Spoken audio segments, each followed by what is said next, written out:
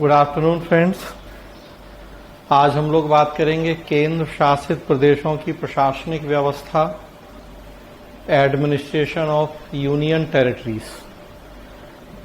इसके लिए क्या संवैधानिक व्यवस्थाएं की गई हैं। जो राष्ट्रीय राजधानी क्षेत्र दिल्ली है उसके लिए कुछ विशेष व्यवस्थाएं हैं।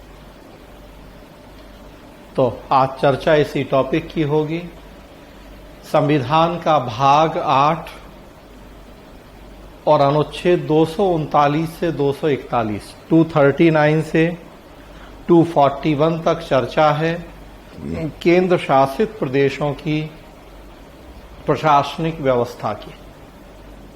इसमें जो टॉपिक हम पढ़ेंगे, केंद्र शासित प्रदेशों से संबंधित अनुच्छेद, केंद्र शासित प्रदेशों का गठन, केंद्र शासित प्रदेशों का प्रशासन,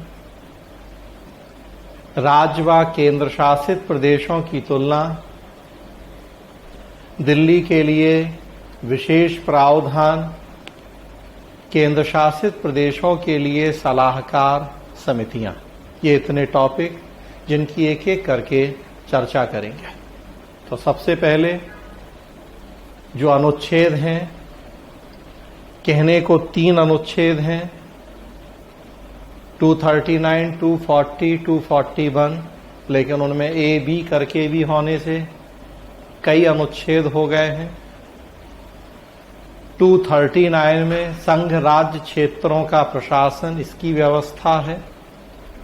239 ए में कुछ संघ राज्य क्षेत्रों के लिए स्थानीय विधानमंडलों या मंत्री परिषदों का या दोनों का सृजन किए जाने का प्रावधान है। 239 ए अक्सर चर्चा में रहता है। दिल्ली के संबंध में विशेष उपबंध किए गए हैं। 239 ए बी संवैधानिक तंत्र के विफल हो जाने की दशा में कैसे प्रशासन चलेगा उसके लिए प्रावधान है दिल्ली में। 239 बी विधानमंडल के विश्रांति काल में अध्यादेश प्रख्यापित करने की प्रशासक की शक्ति। 240 कुछ संघ राज्य क्षेत्रों के लिए विनियम बनाने की राष्ट्रपति की शक्ति। 241 संघ राज्य क्षेत्रों के लिए उच्च न्यायालय।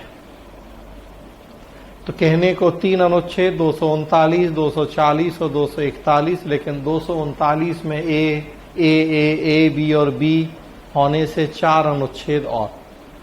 242 में कुर्ग के बारे में प्रावधान किए गए थे मूल संविधान में, बाद में वो निरसित कर दिया गया। तो अब इसलिए वैसे 4 थे, लेकिन अब 242 खाली है निरसित हो जाने से। 239 से 241 तक चर्चा है केंद्र शासित प्रदेशों की। दोस्तों, जैसा हम देखते हैं कि भारत में हमने संघात्मक शासन व्यवस्था की स्थापना की है, लेकिन संघात्मक के साथ साथ एकात्मक शासन व्यवस्था को भी अपनाया गया है। दूसरे शब्दों में भारत में संघात्मक और एकात्मक शासन व्यवस्था का मिश्रण है। सामान्य परिस्थिति में हमारी शासन व्यवस्था संघात्मक होती है, जबकि विशेष परिस्थिति में शासन व्यवस्था एकात्मक हो जाती है। संघात्मक शासन व्यवस्था में भी देखेंगे आर्टिकल 1 के अकॉर्डिंग हमने यूनियन मॉडल को अपनाया है। अनुच्छेद 1 में लिखा है कि भारत राज्यों का संघ होगा, यूनियन ऑफ द स्टेट। और यूनियन की ये विशेषता ही होती है कि इसमें राज्यों की तुलना में केंद्र ज्यादा शक्तिशाली होता है। संघात्मक शासन में हम देखते हैं 2 सरकारें होती हैं, उनके बीच में शक्तियों का विभाजन होता है। दोनों सरकारें अपने अपने क्षेत्र में अपनी शक्तियों के प्रयोग के लिए स्वतंत्र होती हैं, लेकिन जो यूनियन मॉडल ऑफ गवर्नेंस हमने अपनाया है उसमें दो सरकारें हैं, शक्तियों का विभाजन है, लेकिन उसके बावजूद भी राज्यों की तुलना में केंद्र ज्यादा शक्तिशाली होता है।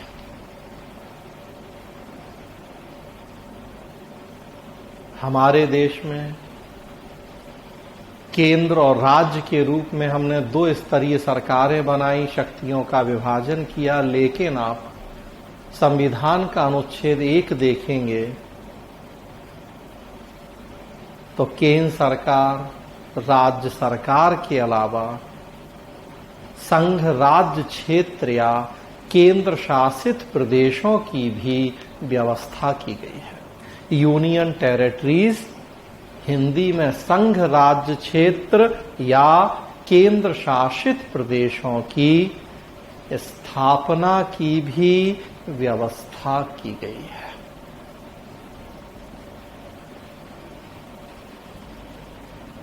देखिए स्क्रीन पे भाग 8 अनुच्छेद 239 से 241 संविधान के अनुच्छेद 1 में भारत का राज्य क्षेत्र 3 श्रेणियों में बांटा गया है। एक तो केंद्र सरकार, पूरा देश तो हो ही गया, संघ या केंद्र। उसके अलावा देखेंगे तो 3 और श्रेणियों में विभाजित किया गया भारत का राज्य क्षेत्र। एक राज्य क्षेत्र स्टेट, दूसरा यूनियन टेरिटरीज केंद्र शासित प्रदेश या संघ राज्य क्षेत्र, और तीसरा अर्जित क्षेत्र एक्वायर्ड एरिया या एक्वायर्ड टेरिटरीज, अर्जित क्षेत्र, दूसरे से जो हमने अर्जित किए हों क्षेत्र। इन 3 श्रेणियों में बांटा गया है भारत के राज्य क्षेत्र को। राज्य क्षेत्र अभी आप देखें तो 28 राज्य हैं हमारे देश में, तो वही राज्य क्षेत्र। 29 राज्य हुआ करते थे। जम्मू कश्मीर को हमने केंद्र शासित प्रदेश बना दिया तो 28 राज्य, और 8 केंद्र शासित प्रदेश हैं, 7 हुआ करते थे। जम्मू कश्मीर को 2 भागों में तोड़ के एक जम्मू कश्मीर बन गया, एक लद्दाख, तो 2 केंद्र शासित प्रदेश बनने से 9 हो गए। बाद में फिर दमन दीव और दादरा नगर हवेली का आपस में विलय करके 2 की जगह 1 ही केंद्र शासित प्रदेश बना, तो इसलिए प्लस माइनस करके फाइनली देखें आप वर्तमान समय में 8 केंद्र शासित प्रदेश हैं, और फिलहाल कोई भी अर्जित क्षेत्र नहीं है। ये अर्जित क्षेत्र का प्रावधान तो बेसिकली इसलिए किया था कि जब हम आजाद हुए थे तो अंग्रेजों से आजाद हुए थे। पुर्तगाली, फ्रांसीसी अभी भी कब्जा जमाए हुए थे भारत में, कई क्षेत्र थे। तो हुआ कि आज नहीं तो कल वो क्षेत्र भी हमें लेना ही है, तो उनसे हम लेंगे तो उन्हें था कि पहले डालेंगे अर्जित क्षेत्र, वही उनसे हमने अर्जित किया तो अर्जित क्षेत्र में डालेंगे, फिर देखेंगे कि उन्हें हमें राज्य बनाना है कि संघ राज्य बनाना है, तो पहले इसमें डाल के फिर शिफ्ट कर देंगे कि कहां शिफ्ट करना है, केंद्र शासित या राज्य। तो जब हमें फ्रांसीसी पुर्तगाली बस्तियां मिल गईं, उस समय उनको डाला गया पहले अर्जित में, फिर शिफ्ट किया गया। अब उसके बाद तो भाई जो हमारा अपना भारत है, सब हमारा हो गया, अब कहां से क्या अर्जित हमें करना है। कोई हम साम्राज्य विस्तार की लालसा वाले देश तो है नहीं, चाइना टाइप की अब हम नेपाल या भूटान या कहीं और की तरफ आंखें दिखाएं और उनके क्षेत्रों को अर्जित करने लगे, तो इसलिए अब उस अर्जित क्षेत्र वाले क्लॉज का कोई औचित्य नहीं रह गया। लिखा है आर्टिकल 1 में, लेकिन है खाली वो। तो मुख्यतः बस राज्य क्षेत्र और संघ राज्य क्षेत्र या केंद्र शासित प्रदेश, ये 2 इकाइयां ही व्यवहार में हमें देखने को मिलती हैं। फिलहाल जैसा हम बात कर रहे हैं कि 28 राज्य क्षेत्र हैं और 8 केंद्र शासित प्रदेश। जो राज्य क्षेत्र हैं, तो हम बात कर रहे हैं कि जो राज्य हैं सभी ये भारत की संघीय व्यवस्था के सदस्य हैं। केंद्र और राज्यों के बीच में शक्तियों का विभाजन किया गया है। दोनों अपने अपने क्षेत्र में शक्तियों के प्रयोग के लिए स्वतंत्र हैं। हाँ, यूनियन मॉडल होने से राज्यों की तुलना में केंद्र की शक्तियां ज्यादा हैं। किंतु केंद्र शासित प्रदेश सीधे केंद्र सरकार के नियंत्रण में होते हैं। इनके साथ हमने कोई शक्तियों का बंटवारा नहीं किया है। केंद्र शासित नाम ही इसीलिए है, केंद्र का ही शासन चलता है उनके ऊपर, यूनियन के ही टेरिटरी है वो। जैसे केंद्र और राज्य के बीच में शक्तियों का विभाजन है, संघ सूची, राज सूची, संवर्ती सूची। केंद्र और केंद्र शासित प्रदेशों के बीच में इस तरह का विभाजन नहीं है। केंद्र शासित प्रदेशों के लिए चाहे वो संघ सूची हो, राज्य सूची हो, संवर्ती सूची हो, सब पे कानून बनाने की शक्ति केंद्र के पास ही है। दिल्ली, पुदुचेरी के लिए और अब जम्मू कश्मीर के लिए कुछ विशेष व्यवस्थाएं हैं। मेनली तो दिल्ली के लिए विशेष व्यवस्थाएं हैं, किंतु पुदुचेरी और जम्मू कश्मीर में भी विधानसभाओं की व्यवस्था होने से राज्य सूची के विषयों पे उन्हें भी शक्तियां बनाने का अधिकार हमने दिया है। लेकिन इसका मतलब ये कतई नहीं है कि केंद्र सरकार की शक्तियां कम हो जाती हैं। केंद्र शासित प्रदेशों के लिए तीनों सूची के विषयों पे संसद चाहे तो कानून बना सकती है। तो केंद्र और राज्य के बीच में शक्तियों का बंटवारा है, लेकिन केंद्र और केंद्र शासित प्रदेशों के बीच में शक्तियों का बंटवारा नहीं है। दूसरे शब्दों में कहा जाए कि केंद्र शासित प्रदेशों के साथ जो भारत सरकार के संबंध हैं वो पूरी तरह से एकात्मक होते हैं, यूनिटरी होते हैं।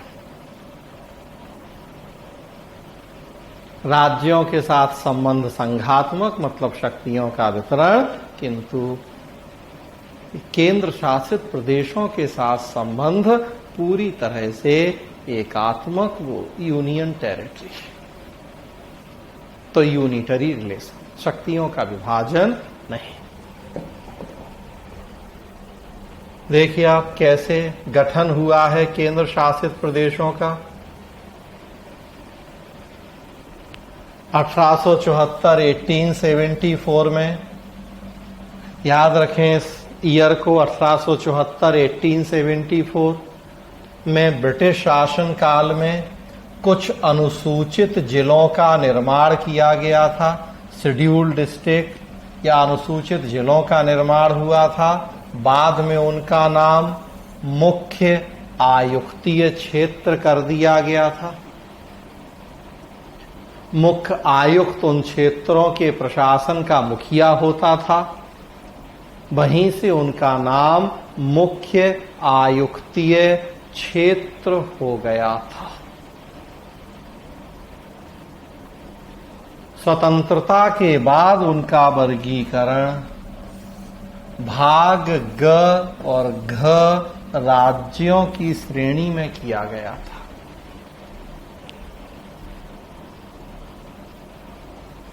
क, ख, ग, घ इन 4 श्रेणियों में स्वतंत्रता के बाद वर्गीकरण हुआ था संविधान में। तो जो वो मुख्य आयुक्तीय क्षेत्र थे वो भाग ग और घ में रख दिए गए थे।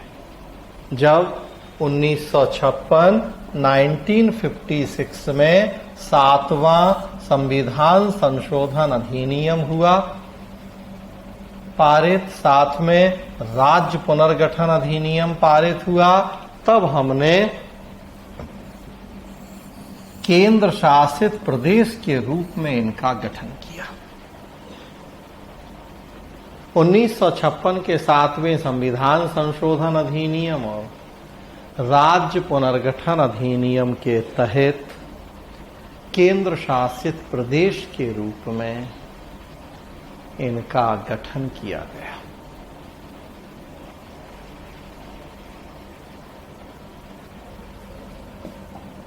धीरे धीरे कुछ केंद्र शासित प्रदेशों को पूर्ण राज्य का दर्जा मिला। कौन से? तो हिमाचल प्रदेश, मणिपुर, त्रिपुरा, मिजोरम, अरुणाचल प्रदेश, गोवा। पहले ये केंद्र शासित प्रदेश बनाए गए, बाद में राज्य का दर्जा मिल गया। पुर्तगालियों से लिए गए क्षेत्र गोवा, दमन दीव, दादरा एवं नगर हवेली। फ्रांसीसियों से लिया गया क्षेत्र पुदुचेरी केंद्र शासित प्रदेश में शामिल हो गए।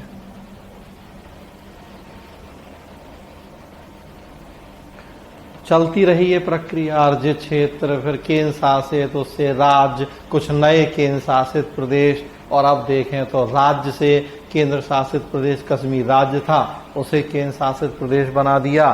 तो ये प्रक्रिया चलती रही। क्या कारण है केंद्र शासित प्रदेशों के गठन के लिए? क्यों हमने ये केंद्र शासित प्रदेशों के सिस्टम को अपनाया है? कई कारण माने जाते हैं, एक कारण नहीं। अलग अलग केंद्र शासित प्रदेश के गठन के पीछे अलग अलग कारण गिनाए जाते हैं। 3-4 प्रमुख कारण, जैसे राजनीतिक व प्रशासनिक जरूरत, तो दिल्ली, चंडीगढ़। अब